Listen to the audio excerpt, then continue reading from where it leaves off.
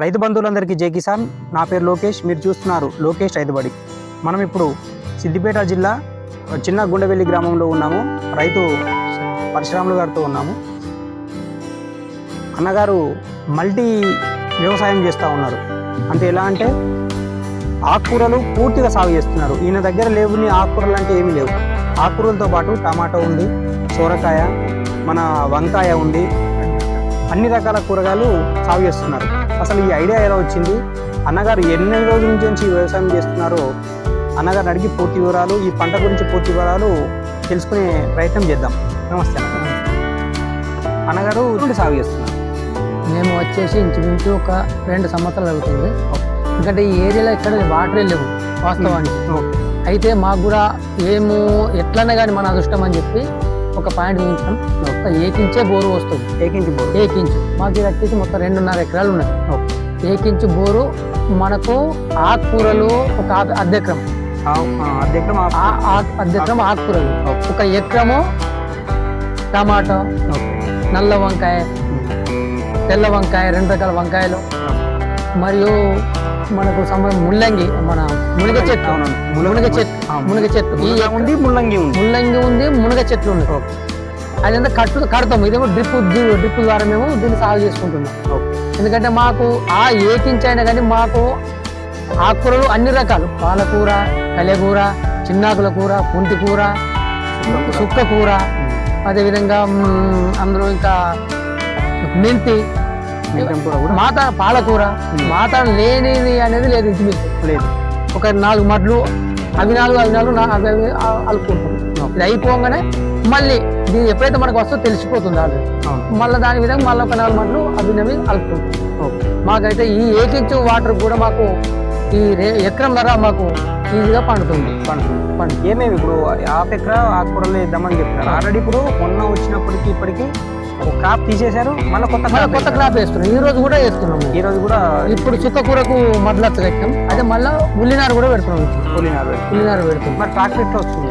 మాకు ట్రాక్టర్ కంటే ఇంచుమించు మాకు నీళ్లు ఎక్కువ లేవు కాబట్టి కొంచెమే వాటర్ ఉంది కాబట్టి మేము ఒక చిన్న వర్ష 7.5 HP చిన్న టిల్లర్ తీసుకున్నాము.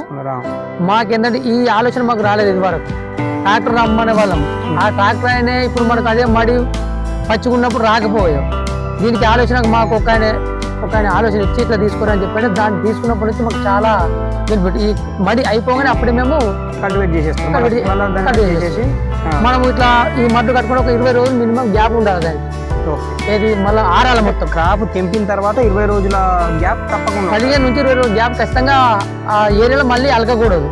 ఎందుకంటే అలికితే మంచిగా రాదు పంట. దాన్ని మళ్ళీ మేము ఒక లైన్ తీసుకుంటాం. మేము కొత్తిమీరకు ఒక లైను, పాలకూరకు ఒక లైను, ఆకులు ఒక లైన్ వేదిగా మేము వెళ్ళిపోతుంటాం. ఇటు పోతూనే ఉంటాం. ముందు మళ్ళీ అక్కడ వెనకకు మళ్ళీ తెంపుకుంటా క్రాప్ తీసుకుంటా పోతే మళ్ళీ క్లీన్ చేసుకుంటూ మళ్ళీ వెనక మళ్ళీ వెళ్ళిపోతూనే ఉంటాం. మనం ఇప్పుడు విత్తనాలు ఎక్కడ తీసుకొస్తున్నారు? మేము సిద్దిపేటలో వచ్చేసి మన ఇండికేటర్ మార్కెట్ దగ్గర మన శివ ఫర్టిలైజర్ తీసుకొస్తాం. ఏమేమి కంపెనీ తీసుకొస్తారు? ఇప్పుడు కొత్తిమీర ఉంది, కొత్తిమీర అశోక వాడతాం. కొత్తిమీర విత్తనాలు అశోక వాడతాం. పుంటికూర పుంటికూర అంటే చాలా రకాలుగా ఉంటాయి. అందులో ఈ సీడ్ అని ఏం లేదు. మేము నారు కూడా ఇక్కడ ఎక్కువ మేము నర్సరీకి వెళ్ళి తెచ్చుకుంటాం ఎక్కువ. ఎందుకంటే మాకు ఎవి 10 పైపులకు 5 పైపులు పెట్టుకుంటాం కాబట్టి మేము డ్రిప్ పైపులు అంటారు. ఒక పైప్ లైన్ కు పెట్టుకుంటాం కాబట్టి 5 పైపులు మేము నర్సరీకి వెళ్ళి తీసుకొచ్చుకుంటాం. ఆయన కూడా మంచి సీడే ఇస్తాడు మనకు. ఎందుకంటే రెగ్యులర్ పోతాం కాబట్టి మాకు మంచి సీడే ఇస్తాడు. ప్రజెంట్ అవిగా ఇప్పుడు ఆకుకూరలు అన్ని రకాలు కాక ఇంకా మన దగ్గర ఉన్న పంటలు ఏంటి? ఆకుకూరలు కాకుండా అంటే అలసంతకాయ అంటారు. అలసంతకాయ పెద్దగా ఉంది. పెద్దగా ఉంటుంది. మన ఏంటంటే అలసంతకాయ ఇది ఒక 4 పైపులు పెడతాం. ఇది ఏం చేస్తారు? ఇది మన కర్రీస్ పాయింట్లకి ఎక్కువ వాడతాం. కర్రీ పాయింట్లకి ఎక్కువ తీసుకువెళ్తాం. అలసంతకాయ అంటే ఇది ఒక 4 పైపులు. కుసుడు చిక్కుడు పెడతాం, ఈగ చిక్కుడు పెడతాం. అది ఏంటంటే మేము ఒక కాలువ లెక్క ఒడ్డు పంటి కాలు వేసుకుంటాం.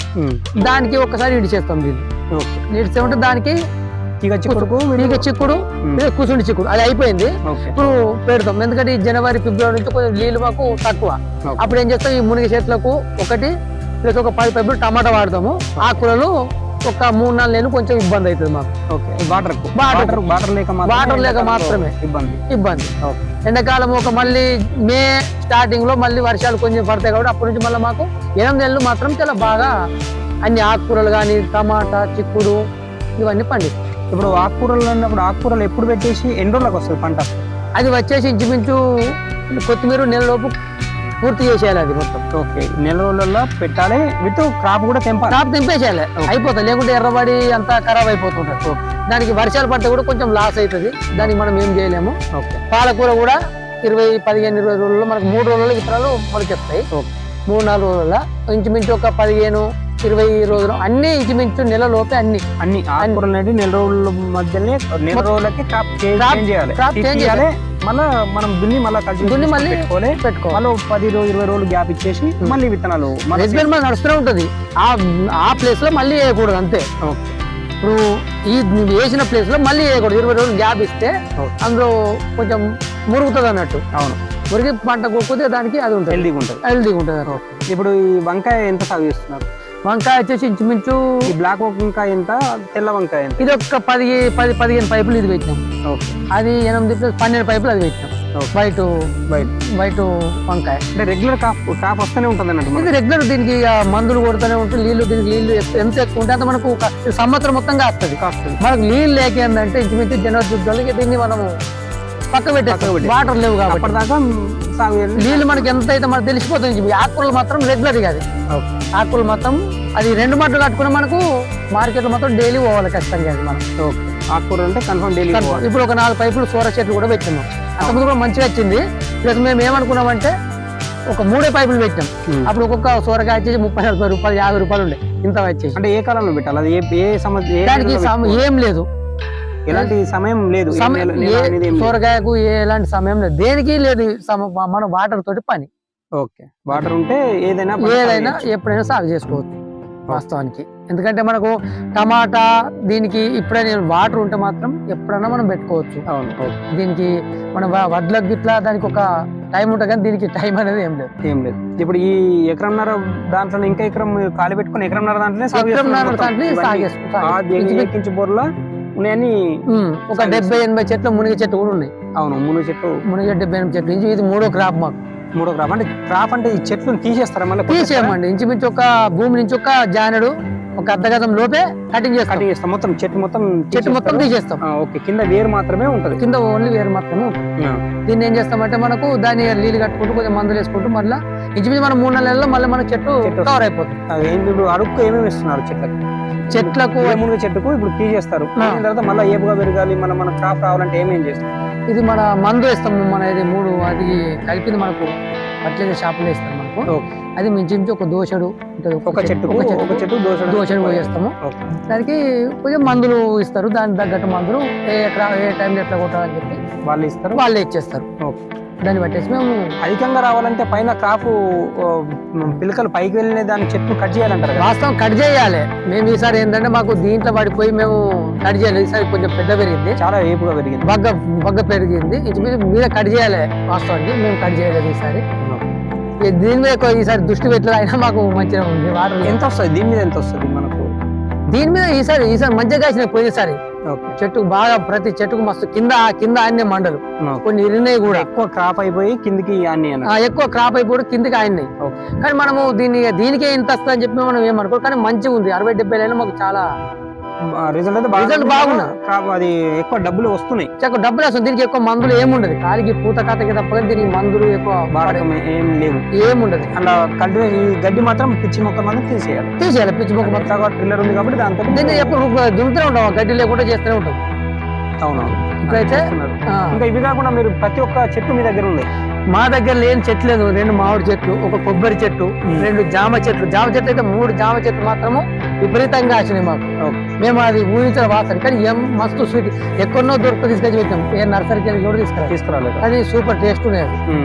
అన్ని బయటకు వెళ్ళి మీరు మార్కెట్ ఎక్కడో కొనుక్కు రావాల్సిన అవసరం, తీసుకొని రావాల్సిన అవసరం అసలు లేదు. ఇప్పటికైనా మీరే మీ దగ్గర అన్ని దొరుకుతాయి. మాకంటే నాకు పండ్ల చెట్లు అంటే చాలా ఇష్టం. ఈ ఒడ్డు మొత్తం ఫుల్ అయిపోయినాయి. ఆ చెట్టు ఆ ముంగట లైన్ లో కూడా కొన్ని ఏది మన సపోటా చెట్టు పెట్టినా, మళ్ళీ సపోటా చెట్టు ఉన్నది, అల్లనేరేడు చెట్టు పెట్టినా, అల్లనేరేడు చెట్టు కూడా ఉన్నది. మొత్తం మీద అన్ని మీ దగ్గర అన్ని పండ్లు దొరుకుతాయి, అన్ని రకాల కూరగాయలు, అన్ని రకాల ఆకుకూరలు ప్లస్ అన్ని రకాల పండ్ల చెట్లు ఈ ఎకరం లోపే. ఓకే, మళ్ళీ ఇప్పుడు వీటిలో మార్కెట్ కూరగాయలు డైలీ మీరు ఏం చేస్తారు? వీటిలో మేము కూర్చుండి అమ్ముకుంటాం. ఓకే, ఎవరు అమ్ముతారు? మా అత్తమ్మ అమ్ముతుంది. ఓకే, మేము చూసుకుంటాం. ఎందుకంటే ఇది మనము వేసేంత లేదు. మనకు పెద్ద పెద్ద రైతులు 3-4 ఎకరాలు ఉన్న వాళ్ళు బేరకాలకి వేస్తారు. మేము కూర్చుండి అమ్ముకుంటాం. మేము సాయంత్రము మధ్యాహ్నం నుంచి అన్ని స్టార్ట్.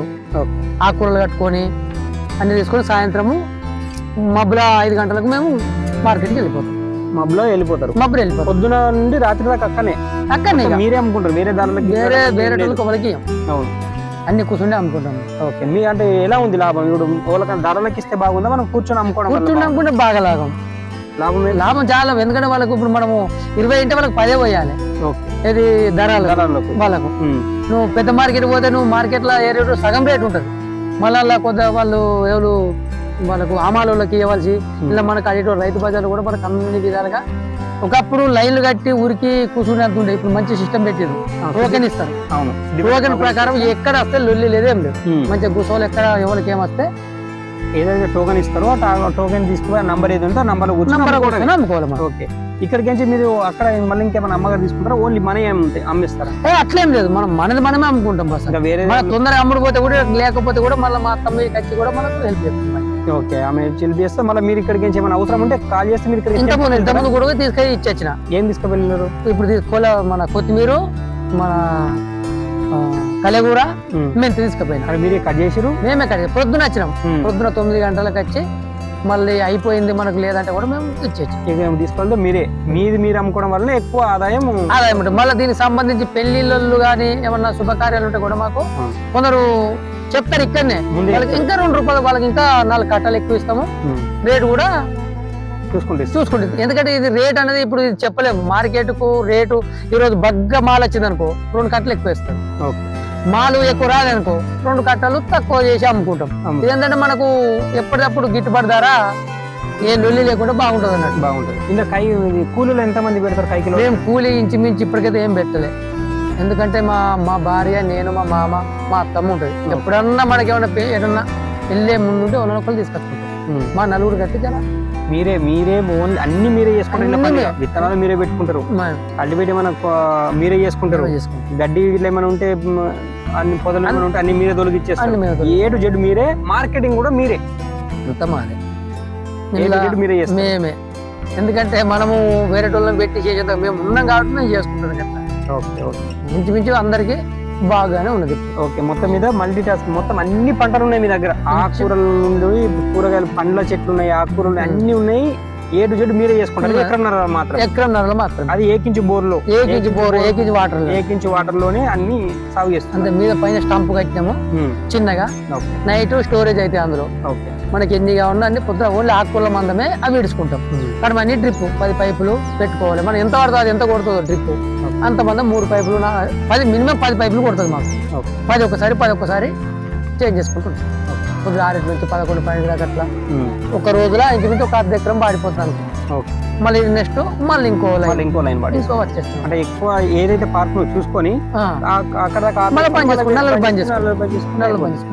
మొత్తం పొద్దున నుండి రాత్రి దాకా మొత్తం మీరే ఉంటారు. ఇంచుమించు మేము మీ కుటుంబ సభ్యులు ఉంటారు కాబట్టి మీకు ఎలాంటి ఇబ్బంది ఏం లేదు. ఎలాంటి ఇబ్బంది లేదు. ఇలా మాకు బాగానే ఉంది ఇప్పటికైతే. ఓకే, అంతే. చూసారు కదా, ఎకరన్నర భూమిలో మొత్తం ఏకించి బోర్ మాత్రమే వస్తుంది అన్నగారికి. అక్కడ సంపు తీసుకున్నారు. ఆ సంపు కూడా మీకు చూపిస్తాను.